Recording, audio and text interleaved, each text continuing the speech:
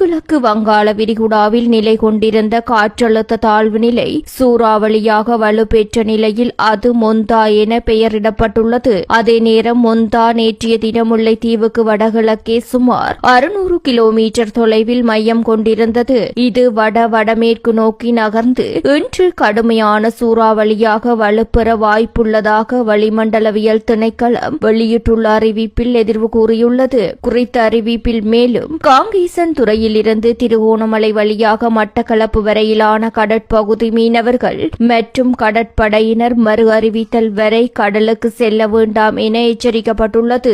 மேலும் சிலாபத்தில் இருந்து மன்னார் வழியாக காங்கேசன் துறை வரையான கடற்பகுதிகளிலும் காலி முதல் அம்பாந்தோட்டை வழியாக பொத்துவில் வரையான கடற்பகுதிகளிலும் நடவடிக்கைகளில் ஈடுபடும் கடற்படையினர் மற்றும் மீனவர்கள் இது தொடர்பாக எச்சரிக்கையுடன் இருக்குமாறும் கேட்டுக் கொள்ளப்பட்டுள்ளது. இன்றைய தினம் மொந்தா புயல் வடமேற்கு நோக்கி நகர்ந்து ஒரு கடுமையான சூறாவளி புயலாக தீவிரமடைய வாய்ப்புள்ளது.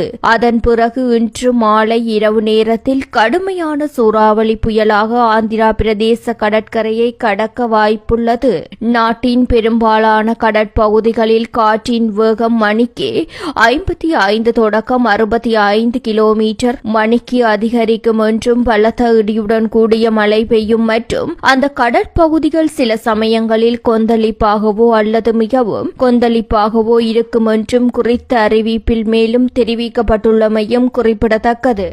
தென்கிழக்கு வங்காள விரிகுடாவில் நிலை கொண்டிருந்த காற்றழுத்த தாழ்வு நிலை சூறாவளியாக வலுப்பெற்ற நிலையில் அது மொந்தா என பெயரிடப்பட்டுள்ளது. அதே நேரம் மொந்தா நேற்றைய தினம் முல்லைத்தீவுக்கு வடகிழக்கே சுமார் 600 கிலோமீட்டர் தொலைவில் மையம் கொண்டிருந்தது. இது வடமேற்கு நோக்கி நகர்ந்து இன்று கடுமையான சூறாவளியாக வலுப்பெற வாய்ப்புள்ளதாக வளிமண்டலவியல் திணைக்களம் வெளியிட்டுள்ள அறிவிப்பில் எதிர்வு கூறியுள்ளது. குறித்த அறிவிப்பில் மேலும் காங்கேசன் துறையிலிருந்து திருகோணமலை வழியாக மட்டக்களப்பு வரையிலான கடற்பகுதி மீனவர்கள் மற்றும் கடற்படையினர் மறு அறிவித்தல் வரை கடலுக்கு செல்ல வேண்டாம் என எச்சரிக்கப்பட்டுள்ளது.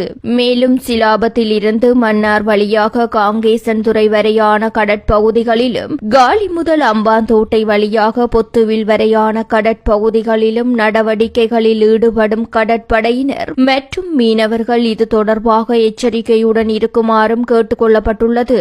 இன்றைய தினம் மொந்தா புயல் வடமேற்கு நோக்கி நகர்ந்து ஒரு கடுமையான சூறாவளி புயலாக தீவிரமடைய வாய்ப்புள்ளது. அதன் பிறகு இன்று மாலை இரவு நேரத்தில் கடுமையான சூறாவளி புயலாக ஆந்திரா பிரதேச கடற்கரையை கடக்க வாய்ப்புள்ளது. நாட்டின் பெரும்பாலான கடற்பகுதிகளில்